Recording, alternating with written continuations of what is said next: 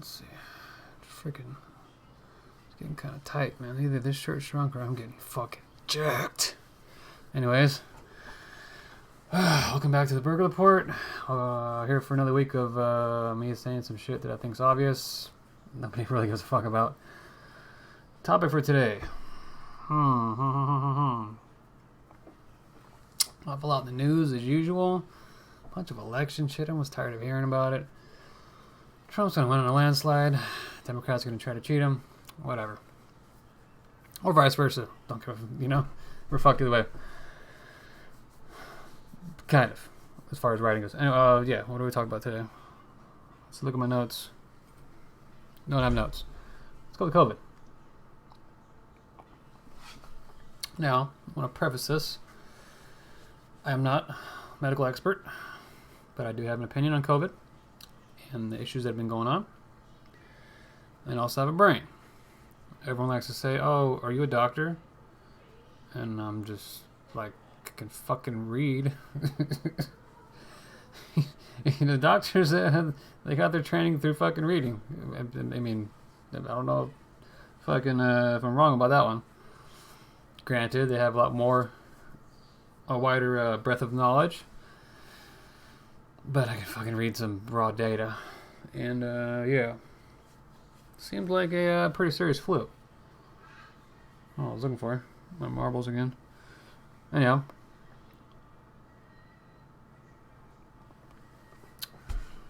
I had the last video a couple months ago.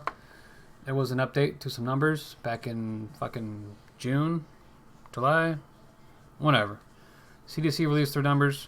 I'm just giving with the big news on the COVID right off the bat. Big news to me. Some people, I don't understand. It's not in the media. I don't get it. CDC released their numbers on COVID deaths of just the coronavirus, COVID-19, and it was around between 8,000 and 9,000. I don't recall. Somewhere like that. So the numbers are ridiculously low. All this shutdown and hype. I guarantee it's going to come out more people are committing suicide than are fucking dying from COVID because everyone's lost their jobs. Not everyone, but it's like 60% of people have no job to go back to.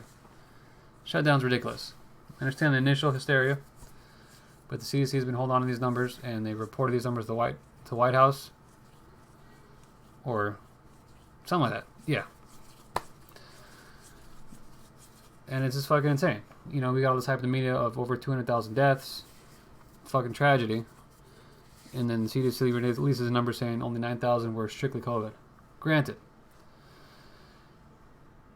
Part of that is that COVID was also comorbidity among other underlying symptoms that these other patients had that passed away. But if you look at the numbers, it was on average of 2.6 comorbidities that these patients had along with COVID. So every patient had almost 3 underlying comorbidities that also killed the patient. So you're talking diabetes, emphysema, elderly, senile, age-related things. COPD, I don't know. And in some cases, gunshots and fucking car accidents were reported because patients also had COVID or something. So there's all these other things that killed all these people on top of coronavirus. So you kind of ask yourself, is it really that deadly? Maybe. Would these people have died not getting coronavirus or just from the virus? Probably not. Underlying conditions seem to be the big issue. So, is all this hype about nothing? Yes and no. Because, it kind of opens your eyes that we're the unhealthiest fucking nation in the world. So, of course, we have the highest amount of fucking deaths.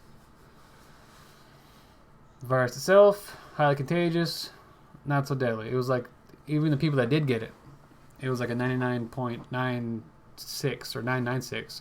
It was some ridiculously high number of people that survived it, no problem. Most people do. But for the poor souls that were very sick themselves already, or the few cases that were just anomalies, yeah. It's a terrible thing. But I've said before, economic shutdown is devastating to the third world. I think roughly around the same time frame, June, July, whatever, the UN released numbers of starvation. The new starvation numbers had come out, and they projected, I think it was over 120 million people were going to starve to death from economic shutdown, and had already starved was roughly 2 million.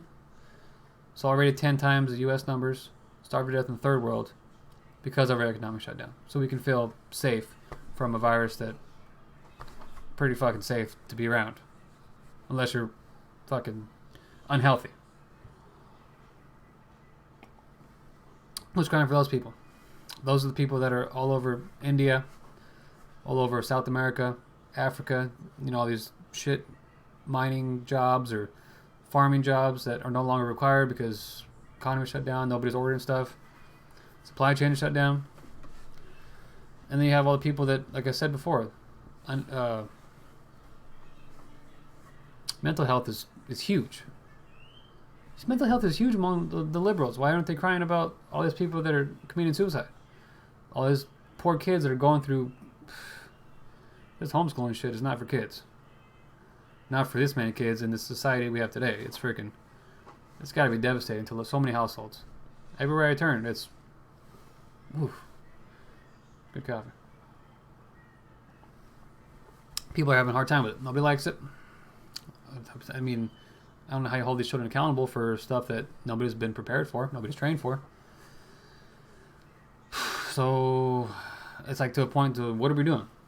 I mean, I think Florida already opened up full fucking scale. They don't give a shit. So good for them. We'll see how that rolls out. Other countries like Sweden, they did pretty good. Oh my goodness. This is just going straight to the dome. Because they were going for the herd immunity deal, and numbers seem to be pretty fair.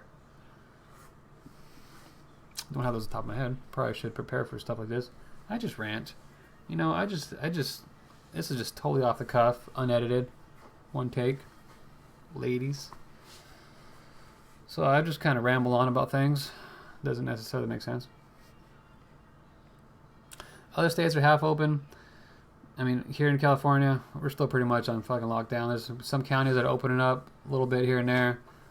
So we'll see how it goes. But then we're going into flu season, and the flu kills quite a amount of people.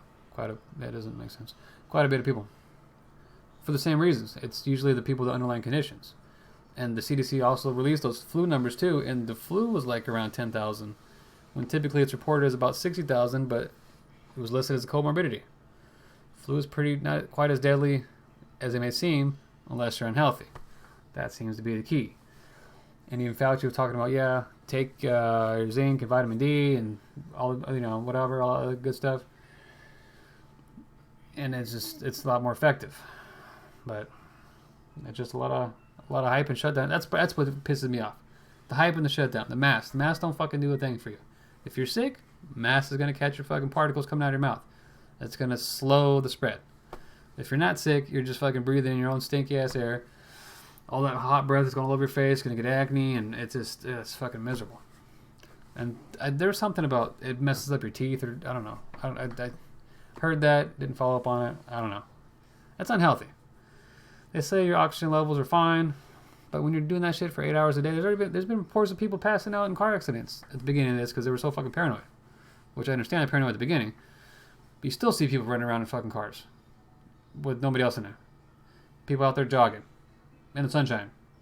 It's been shown that COVID doesn't fucking survive under ultraviolet lights. This is like an indoor spreader, which is why I comply when I'm working indoors or go in the grocery store. I ain't got time for an argument. I'm getting fucking sick of it. I might just go and start arguing with people like, fuck your mask and bullshit. Because, technically I can. Technically, if you have the mask thing was never a law. It was a health mandate. There's never no legislation. They can't enforce it. Plenty of sheriff's departments have ruled it unconstitutional. They're not going to enforce it. It is asking for trouble, which I might be asking for trouble at some point. I don't know. I don't fucking know. Tired of this fucking mask. Except for this mask. This one's dope. Because I can breathe. Where was it going with that? I don't recall. Yeah, I go along and get along for the most part. Except for gas stations. I don't wear fucking masks going to gas stations still. That's my one rebellious spot, probably because I'm in and out. It's just like you know, and like a few awkward stares throughout the day keeps me going. Wife will tell you about that. So, you know, why not? I don't know.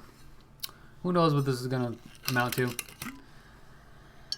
I just see we're going into flu season. Paranoia is going to go up. Death toll is going to continue. Oh, no, the death toll isn't rising. The death toll is going down. The number of cases are rising. People are getting back together. There's probably one reason of it. I don't fucking know. Who knows the numbers? It's all fucking political. The numbers might go away after November 2nd. They were talking about opening up the schools after November 2nd. Why is that date there other than fucking being political? It's not like after winter break, which is in December. I don't get it. I don't get it. It's fucking... there's no rhyme or reason to it. And we're still locked down for the most part. Like I said, restaurants, where I'm at, 25-50% capacity. How do you run a business on that? You can't. My mother-in-law owns a restaurant. A lot of money goes back into the business, and they need the steady flow of customers.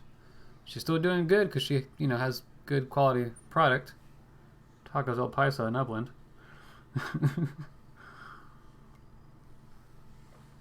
But it's like, what do you do? How do you survive? How do you feed your kids? I don't know. I don't get it. I don't know what's going to happen. I just know everybody's sick and tired of it. And a lot of people are voting for Trump because of stuff like this. You can't live your life in fear. It might sound cold-hearted, but it's just the way we've always done it. There's no... with the percentage of survival with the COVID, it's like 1 in 118,000 or some fucking ridiculous number of survival.